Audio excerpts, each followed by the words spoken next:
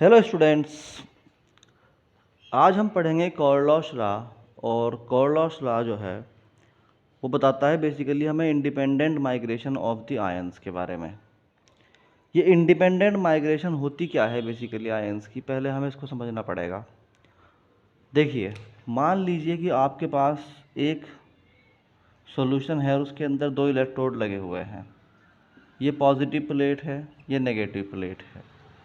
मान लीजिए कि इसके अंदर आपने डाल दिया सोडियम क्लोराइड का NaCl डाल दिया आपने, और NaCl जो है वो जब आप डालेंगे, यानी NaCl जब आप डालेंगे तो बेसिकली वो टूट जाएगा Na प्लस और Cl माइनस में। ठीक है, तो अब ये जो Na प्लस और Cl माइनस के आयंस हैं ये पानी के अंदर यानी एक्वस सॉल्यूशन के अंदर हैं।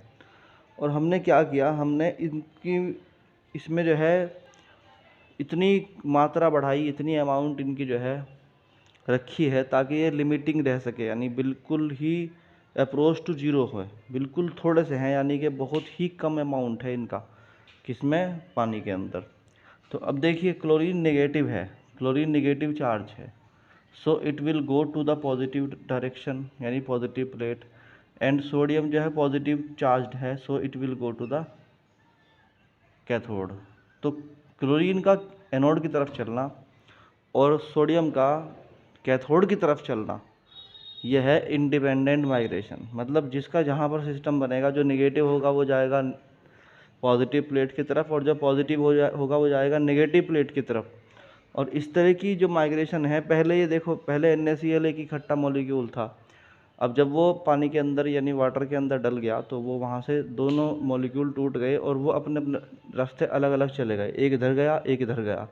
तो इसको बोलते हैं इंडिपेंडेंट माइग्रेशन। यानी Na अगर जो है पॉजिटिव है और उसको इसमें जाना है प्लेट में, तो Cl उसमें कोई बीच में उसका Cl का कोई रोल नहीं है। Cl जहाँ जाना है Cl जाए, Na जहाँ जाना है Na जाए, आपस में इनका एक दूसरे से कोई मतलब नहीं है।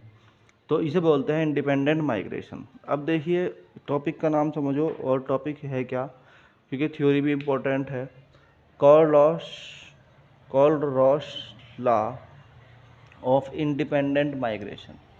अब आ गया समझ में, ये साइंटिस्ट का नाम है जिसने ये लॉ दिया था। लॉ तो बताइए आपको, इंडिपेंडेंट का मतलब बताया मैंने आपको कि Na को जहाँ जाना है Na जाए, Cl को जहाँ जाना है Cl जाए, ये इंडिपेंडेंट। और माइग्रेशन का मतलब होता है एक जगह से दूसरी जगह जाना। तो आयंस का एक जगह से दूसरी जगह चलना, इसे बोलते हैं इंडिपेंडेंट माइग्रेशन। तो ये लॉ क्या कहता है, this law states that limiting molar conductivity, limiting molar conductivity यानी कि बिल्कुल जिसे बोलते हैं ना अप्रोचिंग टू ज़ीरो कॉन्सेंट्रेशन वाली कंडीशन ऑफ एन इलेक्ट्रोलाइट। हमने कोई इलेक्ट्रोलाइट लिया जिसका जो वो है, जिसके अंदर जो लिमिट कंडक्टिविटी है बिल्कुल वो लिमिटिंग है, यानी बिल्कुल शून्य यानी ज़ीरो के आसपास उसकी क्या है, कॉन्सेंट्रेशन है।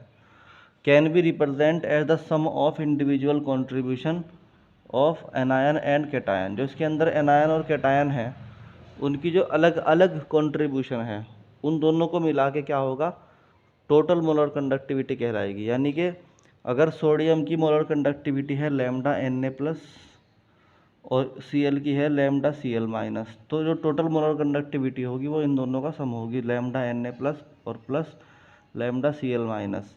और टोटल मोलर कंडक्टिविटी हो गई हमारी लैम्डा M। आई बात समझ में। और देखिए, अब मान लीजिए कि आपके पास NaCl की जगह MgCl2 है, तो MgCl2 की कंडीशन में जो ब्रेक होगा वो होगा Mg plus plus and 2Cl minus. यानी कि यहाँ पर Cl के दो आयन्स आएंगे और Mg का एक आएगा। तो जिसके जितने आयन होंगे उसको वहाँ पर उतने से ही मल्टीप्लाई करना पड़ेगा। मतलब वैसे तो हम लिख सकते थे इस बात को ऐसे भी करके, अगर आप लिखना चाहो तो, कि ये पहले तो lambda of Mg plus plus plus lambda of Cl minus plus lambda of Cl minus, क्योंकि दो Cl के पार्टिकल हैं, दो Cl के आयन्स हैं, तो दो ही फिर अलग अलग जो है उनकी मोलर कंडक्टिविटी भी होगी।